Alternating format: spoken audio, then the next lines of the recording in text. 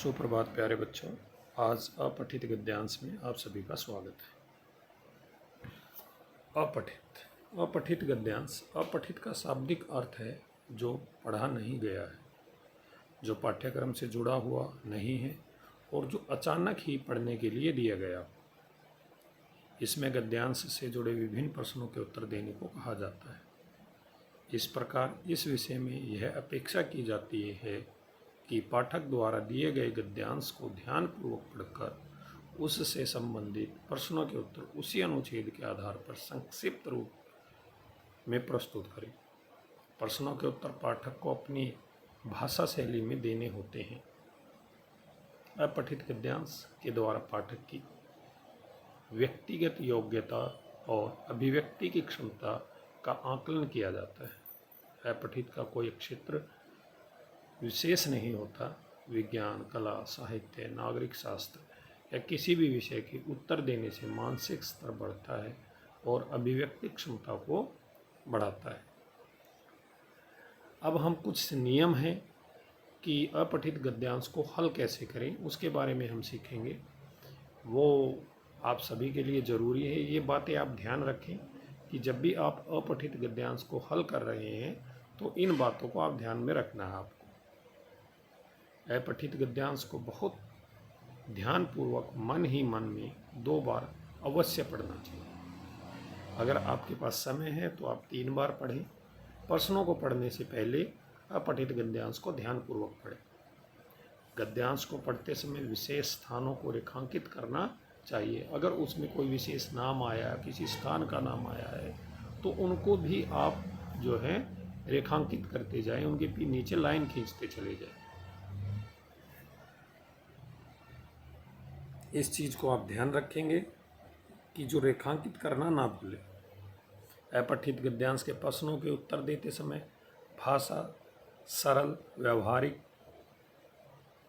और सहज होनी चाहिए, यानी कि ज़्यादा क्लिष्ट शब्दों का इस्तेमाल ना करें। अपने पास से कुछ नहीं, जो भी अपठित गद्यांश में दिया गया है उसी के अनुसार आप उसका उत्तर देने की चेष्टा करें या उसको सरल कर दें थोड़ा। अपठित गद्यांश से संबंधित किसी भी प्रश्न का उत्तर देते समय कम से कम शब्दों में अपने उत्तर को स्पष्ट करना चाहिए। ये नहीं कि आप एक लाइन के उत्तर के लिए 4-5 लाइनें लिख रहे हैं। इससे में आपकी समय की भी बर्बादी होती है और साथ ही साथ आपका जो उत्तर है वो स्पष्ट नहीं हो पाता।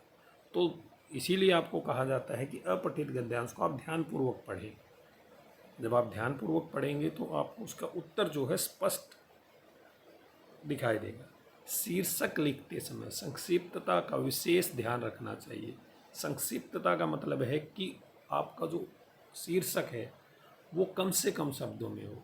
और इसके लिए सबसे ज़रूरी है कि जब आप अपठित गद्यांश को पढ़ रहे हैं तो उसका जो केंद्रीय भाव है, यानी कि उस पूरे गद्यांश में एक भाव क्या निकल के आ रहा है, किसके बारे में बातें की जा रही है, उसका ध्यान रखें। जब आप उसको बार बार पढ़ेंगे तो आपको ये स्पष्ट हो जाएगा कि इस गद्यांश के अंदर किस चीज़ के ऊपर बातें हो रही है। तो ज़्यादातर जो है शीर्षक वही होता है, लेकिन कई बच्चों को ये पता नहीं कहाँ से रहता है कि जो गद्यांश का जो शीर्षक है वो अंत की 2-3 लाइनों में या शुरुआत की 2-3 लाइनों में मिल जाएगा। ये नहीं है। आप उसको जब पढ़ेंगे तो संपूर्णता का ध्यान रखें कि जो आप शीर्षक दे रहे हैं वो उस गद्यांश को संपूर्ण कर दे, यानी कि निकल के आए कि आपने इसी गद्यांश में से ये शीर्षक चुना है। आगे चलिए, एक मैंने गद्यांश लिया है, इसको हम एक बार पढ़ते हैं और फिर उसके उत्तरों का उत्तर जो है, जो प्रश्नों के उत्तर हैं वो देने की कोशिश करते हैं। हर व्यक्ति की जीवन में एक बार तो ऐसा समय आता ही है जब उसे लगने लगता है कि सारी चीज़ें विरोध में, विरोध मतलब उसके विपरीत है। वह किसी के लिए कितना भी अच्छा सोचे, सामने वाले को गलत ही लगेगा। वह कितनी भी मेहनत कर ले, उसे असफलता ही मिलेगी। ऐसे समय में उसके मस्तिष्क में नकारात्मक विचार ही घुमड़ते हैं। यानी कि जब आपको बार बार असफलता मिलनी शुरू हो जाती है तो आपके विचार दिमाग में जो है नकारात्मक, मतलब कि आपका मन ये करने लगता है कि मैं ये काम कर ही नहीं सकता हूँ। आप जो है नेगेटिव हो जाते हैं, जो निरंतर अविश्वास की बारिश करते हैं। अविश्वास यानी आप अपने ऊपर से भरोसा खो देते हैं तथा निराशा में डुबो देता है। इस परिस्थिति में मनुष्य को सरल मार्ग दिखाई देता है, आत्महत्या। आत्महत्या से आप यहाँ स्पष्ट करें कि जो आत्महत्या है वो आदमी सिर्फ अपनी जो है जीवन लीला को ही समाप्त नहीं करता, कई बार वो अपने विचारों से भी अपने आप को मार लेता है कि यार अब मुझसे नहीं होगा, चलिए अब छोड़ देते हैं। तो ये भी एक तरह से आत्महत्या ही कहलाती है। किंतु आत्महत्या कर जीवन को विराम देना कोई समाधान नहीं, यानी कि रुक जाना कोई समाधान नहीं है। यदि ऐसी परिस्थिति में कोई आगे बढ़कर हाथ थाम ले, कोई सहारा दे, तो हो सकता है कि जीवन से निराश व्यक्ति का जीवन भी प्रकाशित हो जाए और ऐसा व्यक्ति अवसाद से मुक्त हो इतना बड़ा कार्य करे कि इतिहास ही रच दे और लोग दांतों तले उंगली दबा ले।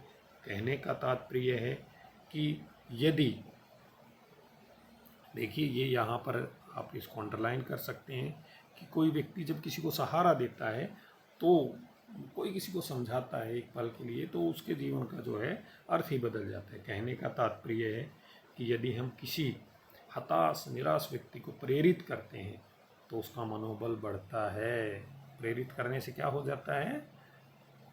मनोबल बढ़ता है और उसका आत्मविश्वास जाग जाता है। आत्मविश्वास जाग जाता है, ध्यान रखिए इस चीज़ को। और यही से आरंभ होता है असंभव को संभव कर देना। जब हमने अपने ऊपर आत्मविश्वास होता है, आत्मविश्वास मतलब खुद पे जब हमें विश्वास हो जाता है तो हम कोई भी काम कर सकते हैं। देखा जाए तो हर व्यक्ति की अपनी क्षमताएं एवं सीमाएं होती है, किंतु विपरीत परिस्थिति होने पर उसे अपनी ही शक्ति पर अविश्वास सा होने लगता है। जब हमारे सामने विषम परिस्थितियाँ आ जाती हैं तो हम अपने ऊपर से विश्वास को देते हैं, मुझसे नहीं होगा, मैं नहीं कर पाऊँगा।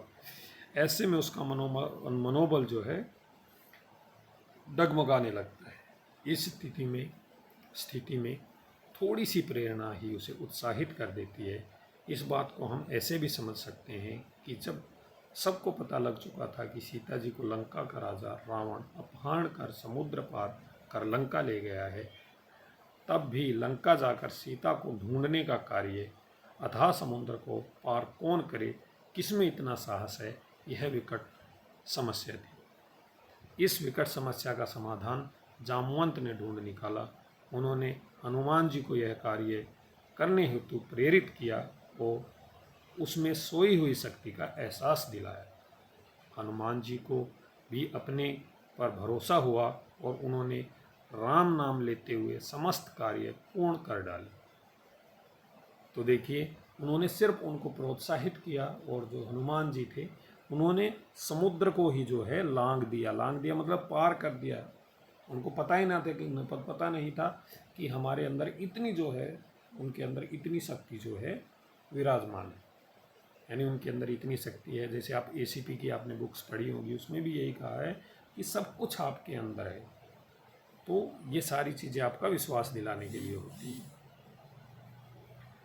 हताशा और निराशा और असफलता जैसे शब्द हमारे जीवन के शब्दकोश में नहीं होने चाहिए। यानी कि हताश हो जाएं, निराश हो जाएं, असफलता जैसे शब्द कहीं नहीं होते। अगर आप ऐसा सोचेंगे तो आप जीवन से ही हार, बल्कि महापुरुषों के जीवन से प्रेरणा लेनी व देनी चाहिए। हमें अपने अच्छे कर्मों को याद कर स्वयं को उत्साहित हो, उन्हें ऊर्जा प्राप्त कर हर असंभव को संभव बनाने का प्रयास करना चाहिए, क्योंकि कोशिश करने वाले कभी हारते नहीं हैं। अब कुछ प्रश्न हैं इसके। उपयुक्त अपठित गद्यांश के आधार पर निम्नलिखित प्रश्नों के उत्तर दीजिए। व्यक्ति के मन में नकारात्मक विचार कब आते हैं? तो अगर आपने इसको पढ़ा होगा अच्छे से तो आप देखिए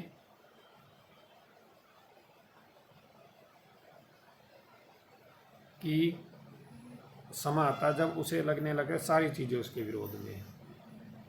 तो ये सारी चीज़ें हैं।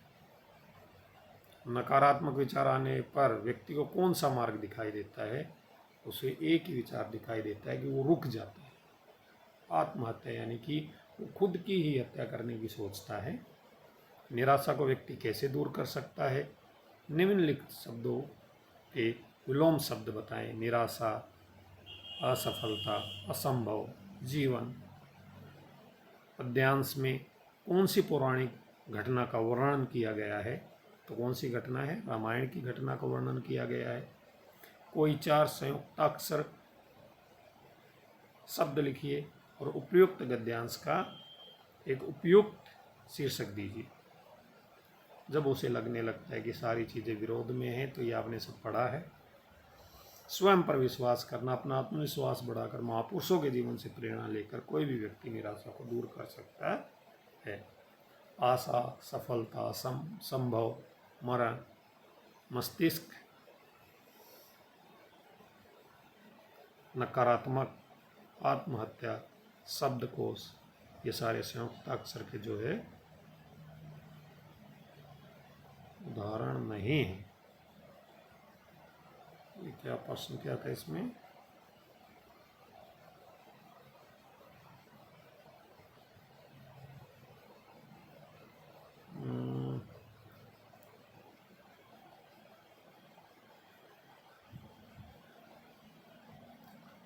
गद्यांश का शीर्षक है आत्मविश्वास का बल। तो प्यारे बच्चों, इन्हीं शब्दों के साथ धन्यवाद। आपका दिन शुभ हो।